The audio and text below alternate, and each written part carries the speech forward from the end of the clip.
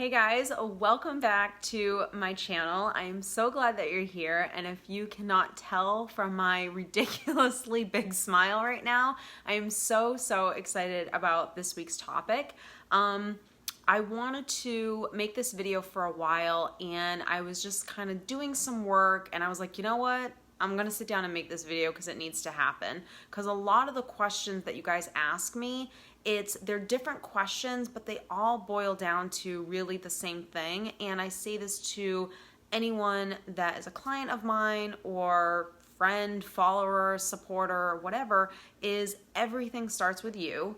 And everything that you want in life has to do with this simple thing. I mean, it has to do with a lot of things, but I mean, really it comes down to this simple thing.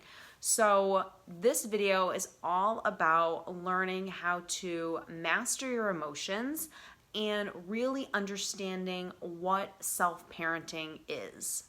When I thought of really making this video, I said, maybe I'll make 2 videos. Maybe I'll really just dive into mastering your emotions, and then I'll make something on self-parenting, because I know I talk a lot about self-parenting, and I know a lot of you guys may know what I'm talking about, but you probably don't, because I know I never heard about self-parenting. I'd never heard the word before at all, and it wasn't until I was going through something really difficult that I actually found a brilliant woman. Her name is Margaret Paul.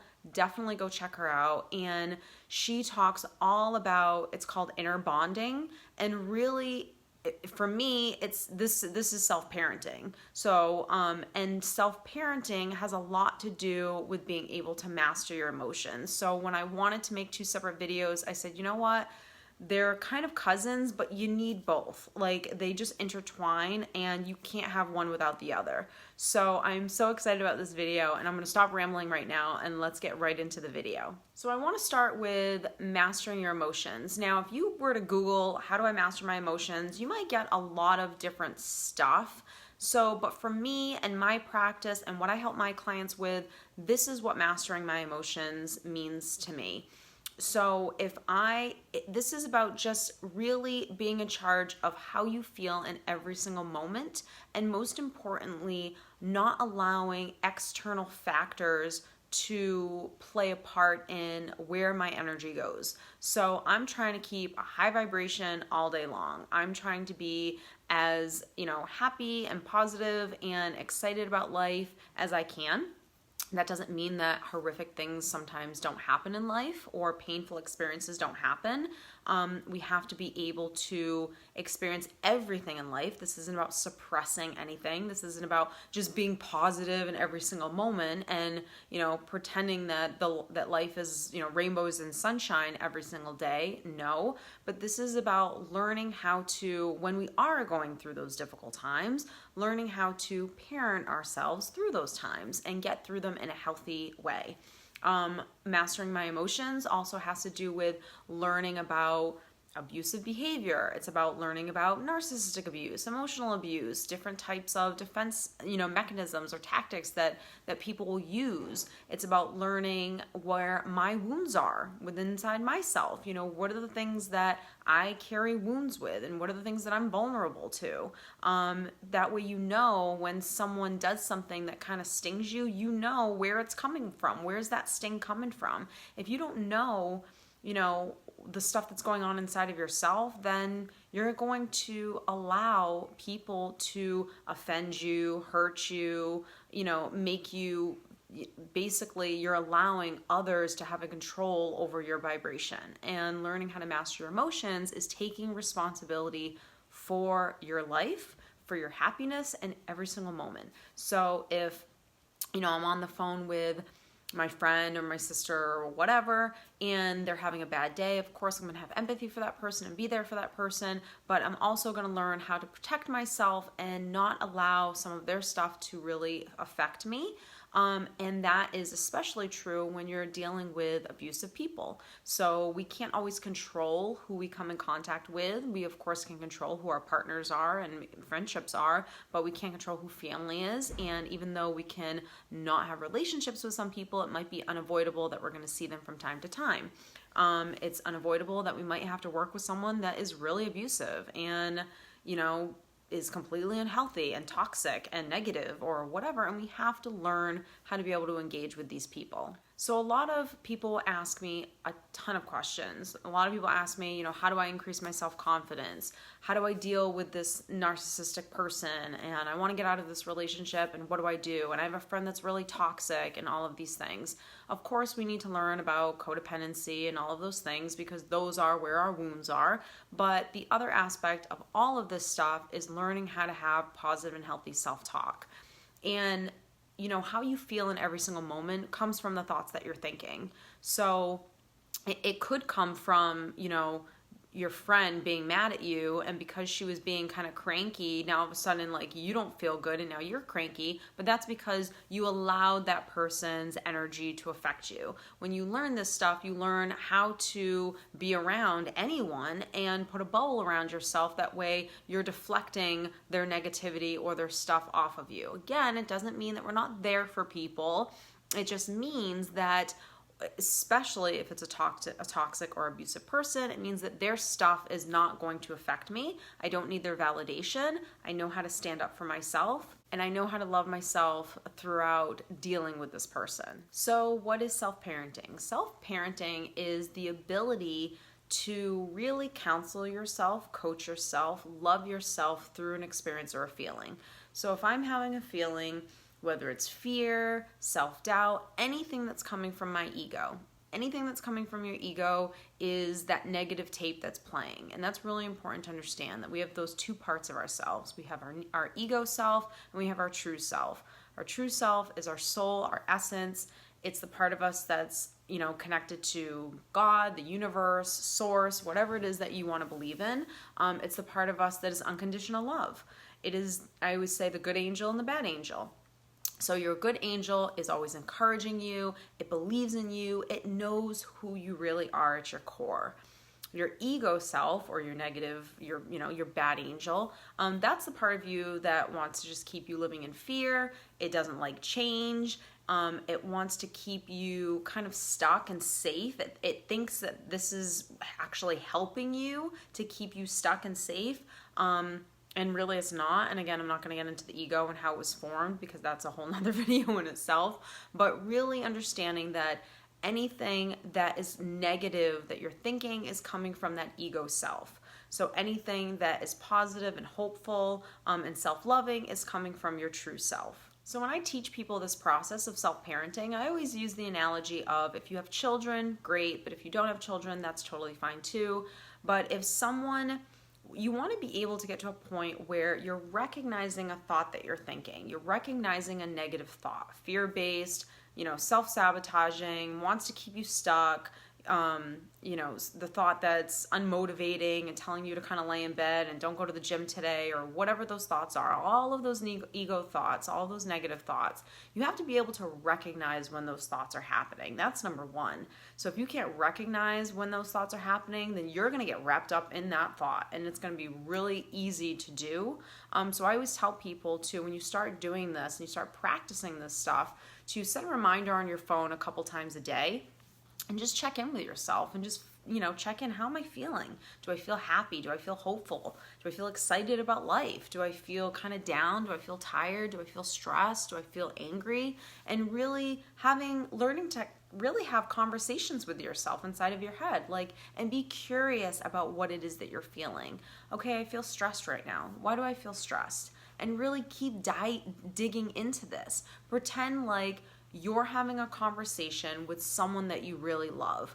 So if your son or daughter or best friend, parent, whoever, someone that you really, really love and care about more than anyone in the world, right? That person came to you and said, I'm feeling stressed. What would you say to that person? You would say, well, why are you feeling stressed? And you would be curious. You would want to help this person. You would want to dig out the reasons why this person is feeling fear or insecure, or they feel like they don't have any confidence, or they're scared of the future, or they're feeling lonely, whatever the feeling is. So when you start digging, okay, well, why do you feel lonely? I feel lonely because blah, blah, blah. Then you need to practice thinking and having this conversation in your head.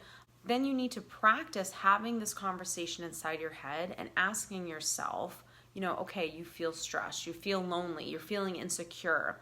And speaking to yourself the way you would your friend or someone that you really love, which is, honey, you're feeling lonely, understandably so. Always validating what you're thinking. Because if you can't validate your own thoughts and feelings, then that means you're going to search for people outside of yourself to do it for you.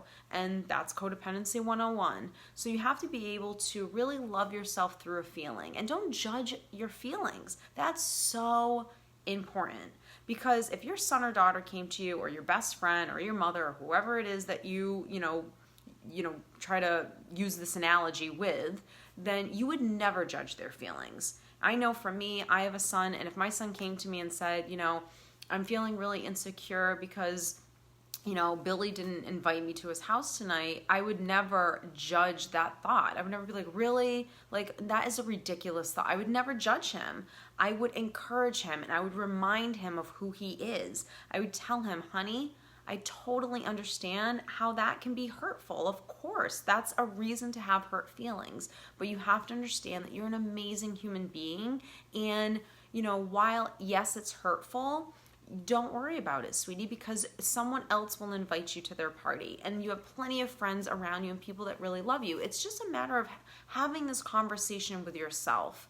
And really learning how to coach yourself through your own feelings and learning how to love yourself through a feeling that you're having, no matter what the feeling is. It can be something that you think is absolutely ridiculous, but it's a feeling that your inner child is having, and you have to be able to look at yourself as that little girl, as that little boy that you once were. And how would you treat your inner child if, again, your son or daughter came up to you and had this thought or this feeling? You would never judge them for it. You would be there for them, you would support them, you would validate them, you would love them through the feeling. You would remind them of who they are, because in that moment they're forgetting. And that's really what self-parenting is. And it's tough to think of, well, when would I actually use self-parenting? But you use it in every aspect of life. If you're going to apply for a job and you think, I'm not going to apply for that job, I'm never going to get it. That's when you start self-parenting yourself. Every negative thought you have to pretend like every negative thought that comes up would be coming from your best friend, would be coming from someone that you really love. And what would you say to that person if they were having that thought? When you learn to do this stuff, your entire life is going to change, because you're going to be able to learn how to change your negative self-talk and turn it into positive self-talk. And you're going to believe that self-talk because you're talking yourself through the feeling. You're connected to your true self. You're connected to that part of you that's unconditional love, that's connected to source, God, energy, whatever it is that you want to believe. And we all have these two parts of ourselves. We all have one part that is unconditional love, and that's the part that's supporting us. Oftentimes, we only hear that negative stuff because we've listened to it for so long. And I always refer to your negative ego and that negative story that's playing as your bully. It's your bully. And you've been listening to it, and you've been feeding it, and you've been nurturing it, and you've been getting wrapped up in that conversation. And now when that bully talks, you listen right away. And when they talk, that bully talks, it's as loud as day. You haven't focused on your true self. You haven't focused on your soul, your essence, your inner child. You haven't listened to that voice to really understand that the more you listen to something, where energy goes, what is that saying? Where the mind goes, energy flows. I think that's what it is. But the more you listen to that part of yourself that's unconditional love, and and you believe it, and you know that it's right, because it is. It's the part of you that loves you unconditionally, and it knows who you are at your core, and it knows what you're capable of. And when you start listening to that more often, and parenting yourself through those thoughts, that ego, it's never going to fully go away, but it's going to get quieter and quieter. And when it does start to resurface and it wants to kind of hit you with something negative, number one, you're going to recognize what's happening, and you're going to be able to shut it up right away. And that's the key to mastering your emotions. Unless you're like a really enlightened Buddhist somewhere that is just meditating all day long, but for the most part, us normal human beings that don't do that, the best life coach or the the best athlete in the world, or someone that's, wicked successful, Oprah, Tony Robbins, like all of these people, they all have an ego. They all have a negative tape that plays. The difference between them and us is that they have learned how to master that. They have learned how to change that tape right away and turn it into that positive tape. And that positive tape is what has allowed them to be successful, to create what they want in life, to have happiness. So really understanding this is so critical towards not just gaining things, having money, applying for a job and all of that stuff, and law of attraction and like everything like that. It's really just about learning how to take care of yourself. It's learning about how to love yourself and be happy in life, regardless of what you have around you. So I hope that this has kind of helped you guys understand what self-parenting is and learning how to master your emotions. And again, almost in every single video I talk about this stuff. I just really wanted to make a video just about this in itself, so you guys can start learning about what this is. That way when you hear it in other videos, you'll know what it is I'm talking about. So again, I hope that this has helped you guys. If you have any comments, please leave them down below. Don't forget to subscribe if you haven't already, and don't forget to give this video a thumbs up if you like it. I think that's enough stuff for you guys to do, and I will see you next week.